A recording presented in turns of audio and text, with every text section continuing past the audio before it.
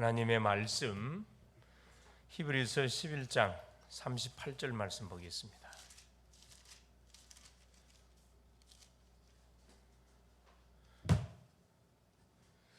이런 사람은 세상이 감당하지 못하느니라. 그들이 광야와 산과 동굴과 토굴에 유리하였느니라. 아멘. 주는 살아계신 예수는 그리스도는 모든 문제 해결자가 되십니다. 나의 모든 문제도 이미 해결된 줄 믿습니다. 자, 오늘 교회학교 제목이 뭐예요? 믿음의 영웅들입니다. 오늘 히브리서에 관한 그 내용이 되겠습니다. 자, 우리 히브리서는 믿음장입니다. 믿음장. 그래서 믿음의 인물들을 쭉 이렇게 나열을 시켜놨지요. 그래서 우리 특별히 렘넌트들이 또 우리 교사님들이 반드시 알고 있어야 할 우리 인간. 그래서 이미 우리는 예수님을 그리스도로 믿고 구원받은 하나님의 자녀이다 보니까 뭘 놓치면 안 되냐? 하나님의 형상을 매 순간순간 우리에게 이 확인하는 게 너무 중요합니다. 창세기 1장 27절 하나님이 자기 형상대로 사람을 창조하시되 남자와 여자를 창조하시고, 그렇죠? 하나님의 형상을 날마다 우리 속에 계속 묵상하고 되새김질하고 가기 시기에 굉장히 중요합니다. 하나님의 형상이란 것은 뭐죠? 하나님의 복사품, 걸작품으로 창조했습니다. 그래서 하나님의 형상은 어디? 내 안에, 바로 우리의 생명 속에, 또 현장에 가는 모든 현장에 반드시 전달해야 되고 우리의 삶 속에 전달되어져야 됩니다. 그렇죠? 누리는 게 중요해요. 가장 먼저는 내 자신이 하나님의 자녀의 축복을 누리는 것이 너무 중요하고, 이때 어떤 일이 벌어지느냐? 이 사실을 계속 누리게 되면은 우리에게 일어나는 모든 일이 응답으로 연결이 되어지고 응답의 발판이 되어집니다. 버릴 게 하나도 없어요. 문제 와도 그 속에 답이 있고, 그렇죠? 응답이 오면은 또 새로운 응답을 향해서 우리가 도전하면 되는 거고, 전혀 문제될 게 하나도 없습니다. 그래서 렘넌트 때 이 사실을 알고 우리가 하나님을 바로 믿는 것은 너무너무 중요합니다. 그러면 첫째입니다. 믿음이 무엇인가? 히브리서 11장 1절에 믿음에 대한 정의를 내놓고 있죠. 믿음은 바라는 것들의 실상이요 보이지 않는 것들의 증거니. 자, 믿음은 뭐라고요? 바라는 것들의 실상. 우리가 바라보는 것의 실상이다. 실제란 말, 실제. 보이지 않는 것들의 증거. 우리 하나님이 영이시기 때문에 눈에 보이지 않습니다. 그러나 분명히 영적 증거들이 반드시 우리들 때 일어나죠. 시공간 초월, 하늘의 천사들이 동원되고 흑암이 결박을 당하는 영적 분명한 역사가 일어나고요. 선진들이 이로써 뭐 했느니라? 증거를 얻었느니라. 믿음에 앞선 사람들이 이미 이 사실을 믿고 응답을 누리고 체험하고 우리 후손들에게 증거했다는 거죠. 그래서 우리한테는 누가 있다? 그렇죠. 믿음의 증인들이 많이 서 있다는 것을 분명히 말씀합니다. 그럼 세 번째 뭐냐? 믿음으로 모든 세계가 하나님의 말씀으로 지어진 줄 우리가 아나니, 보이는 것은 나타난 것으로 말미암아 된 것이 아니니라. 모든 세계가 뭘로? 하나님의 말씀으로 창조가 되어졌다 이 말입니다. 이걸 알고 사는 그 인생은 복된 인생, 이걸 모르고 사는 인생은 지 중심으로 살고 세상 중심으로 살기 때문에 이건 반드시 한계가 오게 되어 있고 실패를 하게 되어 있습니다. 그래서 믿음을 올바로 딱 정의 내린 건 너무나 중요하다.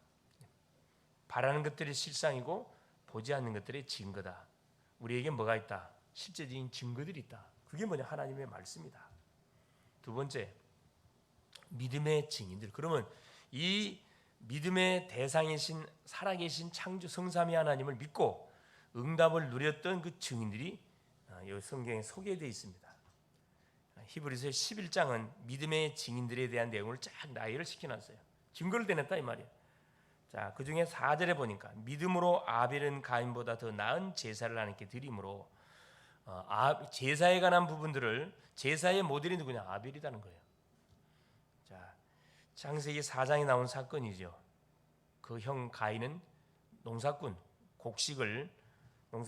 곡식을 거둬들여서 하나님께 제사를 드렸고, 아벨은 목축업 양을 쳐서 양의 첫 새끼를 하나님께 예물을 드렸습니다.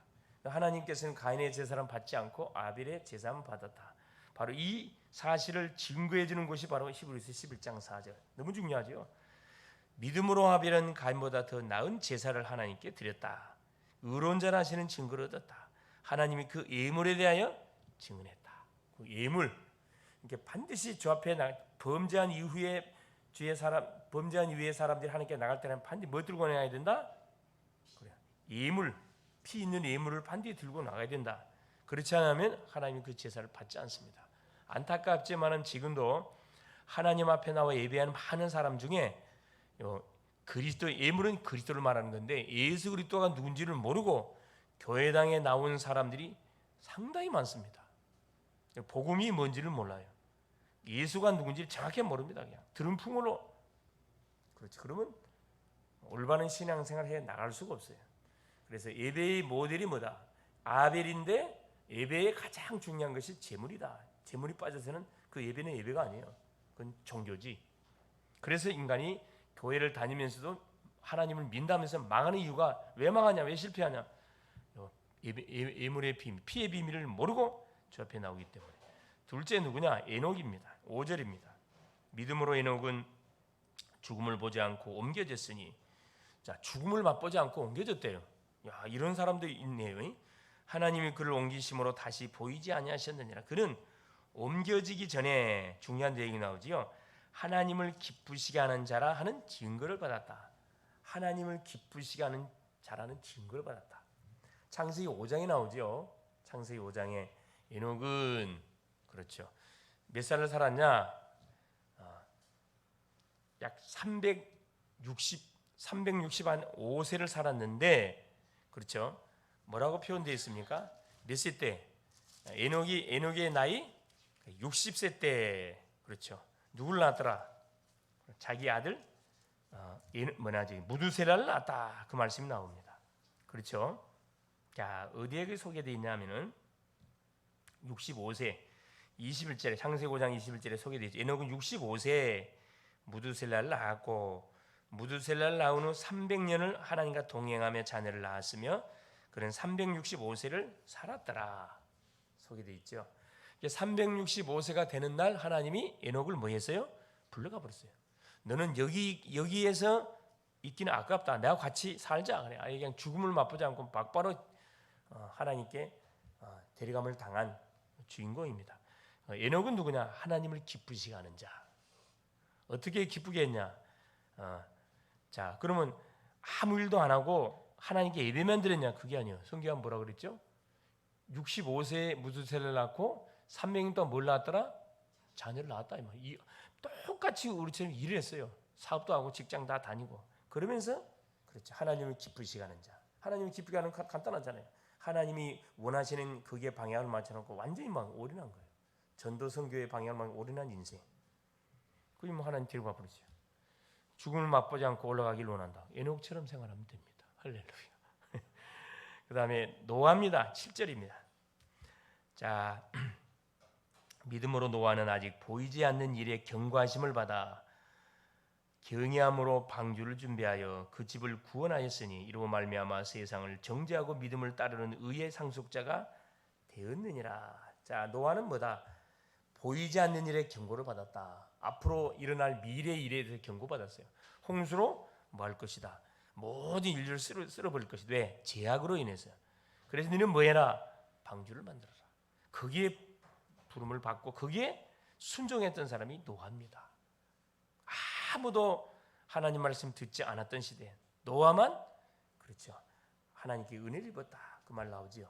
그게 창세기 6장에 나오는 내용입니다. 그래서 창세기 6장에 그렇죠. 6장 8절에 그러나 노아는 여호와께 은혜를 입었더라. 노아는 당대의 완전한 자고 의인이고 그렇죠. 완전한 자고 의인이라. 하나님과 동행하는 자, 함께하는 자이다. 소개되어 있습니다. 그 다음에 아브라함입니다. 히브리서 11장 8절에 12절 좀 길게 나와요. 믿음으로 아브라함은 부르심을 받았을 때 순종하여 장래의 유업으로 받을 땅에 나갈새, 가나안 땅에 갈새, 갈 바를 알지 못하고 나갔고, 믿음으로 그가 이방 땅에 있는 것 같이 약속의 땅에 거류하여 동일한 약속을 유업으로 함께 받은 이삭 및 야곱과 더불어 장막에 거하였으니 이는 그가 하나님이 계획하시고 지으실 터가 있는 성을 바랐습니다. 믿음으로 사라 자신도 나이가 많아 단산하였으나 잉태할 수 있는 힘을 얻었으니 이는 약속하신 이를 미쁘신 줄 알았습니다. 12절 이러므로 죽은 자와 같은 한 사람으로 말미암아 하늘의 허다한 별과 또 왜 경수가 끊어졌는데 아이를 낳았단 말이죠. 하늘의 허다한 별과 또 해변의 무수한 모래와 같이 많은 후손이 생육하였느니라. 천하 만민이 너로 인해서 너와 너의 후손을 통해서 복을 받을 것이다. 아브라함은 어떤 증인이냐? 약속한 이삭과 후손, 약속한 이삭을 통해서 천하 만민이 복받을 것을 믿었던 믿음의 조상, 믿음의 조상의 바로 모델이고 이삭입니다. 20절 21절 믿음으로 이삭은 장차 있을 일에 대하여 야곱과 그렇죠? 예수에게 축복하였고 믿음으로 야곱은 죽을 때 요셉의 각 아들에게 축복과 그 지팡이 머리에 의지하여 경배하였으며 그렇죠? 이삭은 장차 있을 일에 대해서 뭐했다? 그렇죠? 장차 있을 일에 대하여 야곱과 예수에게 축복했다. 앞으로 미래 펼쳐질 그 일에 대해서 이삭은 순종의 바로 모델의 증인입니다. 이삭은 불신앙하지 않아요. 요셉입니다. 22절 믿음으로 요셉은 임종시에 이스라엘 자손들이 떠날 것을 말하고 또 자기 뼈를 위하여 명령하였으며 누가 메시아가 올 어디에 그 약속의 땅 가나안에 자기 뼈를 뭐 해달라? 묻어달라. 뭘 믿은 거죠?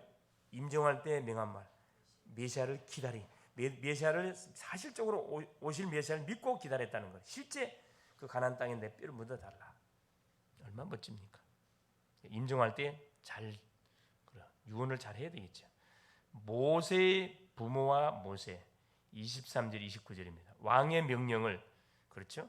믿음으로 모세가 났을 때 부모가 아름다운 나임을 보고 석 달 동안 순교 왕의 명령을 무서워하지 아니하였으며 믿음으로 모세는 장성하여 바로의 공제아들이라 칭함 받기를 거절하고 얼마나 멋집니까? 도리어 하나님의 백성과 함께 고난 받기를 잠시 제약의 낚시를 누리는 것보다 더 좋아하고 그리스도를 위하여 받는 수모를 애굽의 모든 보화보다 더 큰 재물로 여겼으니 상 주시는 힘을 바라보았다. 멋지죠 아주. 바로 6월절 홍해 사건 출애굽의 완전 지도자를 쓰임 받았는데 비밀이 뭐였느냐? 바로 6월절 어린 양의 피 비밀을 탁 잡았다는 거예요. 또 우리 여리고 백성들 여리고가 함락됐다. 히브리서 11장 30절에 자 그들은 믿음으로 나라들 이기기도 하며 의를 행하기도 하며 30절에 믿음으로 7일 동안 여리고를 도니 성이 무너졌으며 그죠? 하나님의 말씀대로 언약궤를 맨 제사장을 따라서 매일 6일 동안 한 바퀴씩 돌고 마지막 7일째 마지막 7일째는 몇 바퀴? 7바퀴를 돌아 총 13바퀴를 보고 외철할 때 외침으로 완전히 여리고가 무너졌습니다. 결국 뭐냐? 흑암의 여리고를 무너뜨리는 방법은 많은 것이다. 기도하는 것이다. 말하지 않는 거예요. 기도하는 거예요. 별 소리도 안 해. 그게 침묵하고 계속 기도하는 거예요. 이 믿음의 사람이 해야 할 일입니다. 기생나비입니다. 31절 믿음으로 기생나비는 정탐꾼을 평안히 영접하였으므로 순종하지 아니한 자와 함께 멸망하지 아니하였도다. 자, 그렇죠. 이 불신자 기생나비였는데 말 한마디 잘해서 그렇죠. 저 복음을 이 사람 들어본 적도 없어요. 소문만 듣고 이런 사람이 있다니까. 이스라엘 나라가 애굽을 무너뜨리고 출애굽하고 광야 40년을 걸어서 이제 무엇을 요단을 건너고 자 여리고에 온다는 소문을 나압은 기생이다 보니까 잘 듣고 있었습니다. 이미 이스라엘 백성이 오기 전에 하나님을 이미 딱 믿을 준비가 다 된 사람이에요. 그래서 정탐꾼에게 자기 신앙 고백을 합니다. 그렇죠? 그래서 정탐꾼은 숨겨졌습니다. 다 이러고 있는 백성들은 죽임을 다 당했는데 라합과 그 관계된 모든 가족들은 약속대로 살려졌어요. 믿음의 한마디의 그 헌신이 행동이 자기 개인과 가정과 가문을 살릴 뿐 아니라 기생나비는 누구의 족보 속에 예수님의 족보 속에 들어가는 영광을 얻게 됩니다.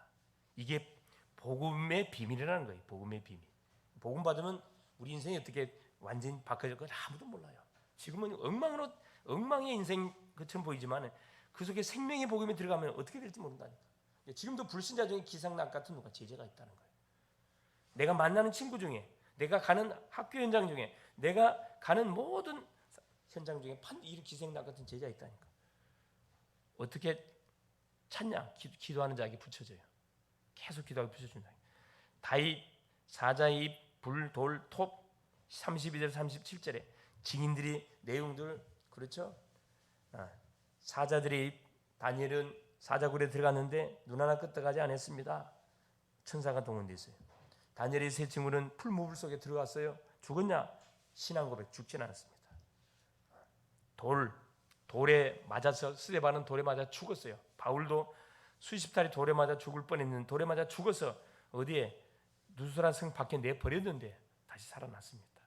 톱으로 켬을 당해서 죽는 사람 누구? 바로 이사야. 그렇죠. 그 악한 므낫세 왕 때 그렇죠. 이사야를 톱으로 덕석에 말아서 톱으로 켜서 죽였습니다. 그래도 복음이 약화됐냐? 복음이 더 증거됐습니다. 바로 믿음의 증인들이 우리에게 분명히 복음을 가든 복음을 붙잡고 살았던 인생들의 삶을 한마디로 탁 한 단어로 표현해주고 있습니다. 바로 닉네임이 딱 붙었다니까. 아벨 그러면 예배, 에녹 그러면 동행, 노아 그러면 뭐요? 방주. 아무도 하나님 말씀 안 듣는데 유일하게 노아만. 이게 쉬운 일이 아니거든 사실은. 은혜를 줘야 돼. 아브라함은 믿음의 조상, 이삭은 순종의 조상, 요셉은 뭡니까? 바로 딱 이 선교의 조상, 선교. 모세의 부모와 모세는 뭡니까? 완전히 유월절 그 출애굽의 완전한 모델, 주역들. 여리고 기생나 불신자 중에 누가 이런 제자가 있다. 이걸 우리에게 딱딱 말해주고요. 결과 38절이에요. 히브리서 11장 38절. 성경이 이렇게 결론을 내놓고 있습니다. 이런 사람들은 돌로 치는 것 37절에 나오잖아요. 돌로 치는 것, 톱으로 켜는 것, 시험과 칼로 죽임을 당하고 양과 염소의 가죽을 입고 유리하며 궁핍과 환난과 학대를 받았으나 이런 사람은 세상에 감당하지 못하느니라. 그들이 광야와 산과 동굴과 토굴에 유리하였느니라. 세상적인 삶은 비참한 삶을 산처럼 보였죠. 광야에서 산으로 도망가고 굴 속에서 토굴 속에서 유리하며 살았어요. 그러나 육신적으로는 불편할지 몰라도 영혼은 자유함이 있었다는 거예요. 네, 그리스도 때문에. 믿음으로 증거를 받았으나 38절 보세요. 39절에 이 사람들은 다 믿음으로 말미암아 증거를 받았으나 약속된 것을 받지 못하였으니 뭔 말이냐? 자, 구약의 백성들은 오실 메시아에 대한 약속은 증거로 받았어요. 근데 그분이 온 걸 봤어요, 못 봤어요? 못 봤어요. 그걸 말하는 거예요. 약속된 것은 받지 못했다 이 말이에요. 우리는 봤단 말이에요. 마지막 40절에 이는 하나님이 우리에 대하여 더 좋은 것을 예배하였은즉 우리가 아니면 그들로 온전함을 이루지 못하게 하려 하심이니라. 하나님이 더 좋은 것을 누굴 위해서? 언약 백성 우리를 위해서 준비해놨다. 후대를 위해 준비해놨다는 거야. 그게 우리입니다. 우리. 결론이 뭐냐? 우리 모든 렘넌트는 뭐 해야 되느냐? 정말 예수님이 그리스도라는 사실을 정말로 내가 믿는가 확인해 봐야 돼요. 믿음의 대상인 성삼위 하나님을 내가 바로 알고 믿는가? 보호자의 축복이 나의 삶의 현장에 임한다는 걸 알고 믿는가? 시공간 초월의 역사, 그렇죠. 오력이 나게 덧입혀져 모든 현장을 살리는 정말로 내가 증인이라는 사실을 믿냐? 믿다 그러면 여러분 믿음의 영웅이 되세요. 다른 건 뭐냐? 믿음에 관한 부분들은 영웅. 무슨 말이죠? 믿음에 관한 부분들은 조금 더 흔들거림이 있으면 안 돼요. 우리가 믿는 믿음의 대상 성삼위 하나님이 나의 하나님이시고 나와 함께 하시고 나의 인생을 완전히 책임다는 사실을 한순간도 여러분 의심하면 안 돼요. 완전 전적으로 이게 믿음의 영웅이에요. 영웅이 어려운 게 아니에요. 이게 우리의 믿음은 이게 될 때 우리의 믿음은 뭐가? 우리의 재산이 되는 거예요. 재산. 그래서 세상적으로 아무것도 없는 것처럼 이들 보세요. 완전히 도망자. 광야로 도망다니고 동굴에 토굴에 뭐 신앙 지키려고. 왜? 핍박을 잡으러 다니니까. 믿음 하나 가지고 뭐 버틴 거죠. 망했냐? 믿음의 산 증인들이 됐죠. 후손들에게 두고는 증인의 지금 반열에 딱 올라가 있잖아요. 그렇죠. 우리가 우리의 사행을 마치고 딱 주 앞에 부름 받고 난 이후에 우리의 후손들이 우리를 평가할 때 어떻게 평가를 하기를 원하냐? 이렇게 평가하기를 원해요. 정말 복음을 위해서 뭐 하다가 멋지게 세상과 타협하지 않고 오직 복음을 붙잡고 복음을 증거하고 복음을 증거하다가 하나님께 부름 받았구나. 이런 멋진 믿음의 누구 증인들이 되시고 믿음의 조상들이 될 수 있기를 미래적으로 봐가지고 승리할 수 있기를 그리스도의 이름으로 축원을 드립니다. 주님 감사합니다. 오늘도 우리 주님이 그리스도 되사 성의를 허락하시고 오늘도 우리에게 말씀 주신 것을 감사합니다. 우리가 믿는 믿음의 대상은 하나님 눈에 보이는 대상이 아니고 잠시 잠깐 없어질 대상이 아니고 눈에 보이지 않고 영원부터 영원까지 하나님 존재하시고 살아계시고 믿는 우리와 함께 하시는 하나님인 것을 오늘 또 믿습니다. 사랑하는 주님, 우리도 구약의 또 신약의 많은 믿음의 산 증인들처럼 하나님 완전 믿음의 모델이 되어져서 하나님 이 시대에 함께 사는 모든 인생들에게 하나님이 함께하는 자란들이 하나님 함께하는 사람이라는 것이 인정될 수밖에 없게 하시고 우리 후손들이 나를 볼 때 정말로 믿음의 완전한 증인이었다는 사실을 인정할 수밖에 없는 그런 멋진 하나님 삶을 펼쳐나갈 수 있도록 우리 모든 렘넌트 교사님들을 축복하여 주옵소서. 예수님의 이름으로 기도합니다. 아멘.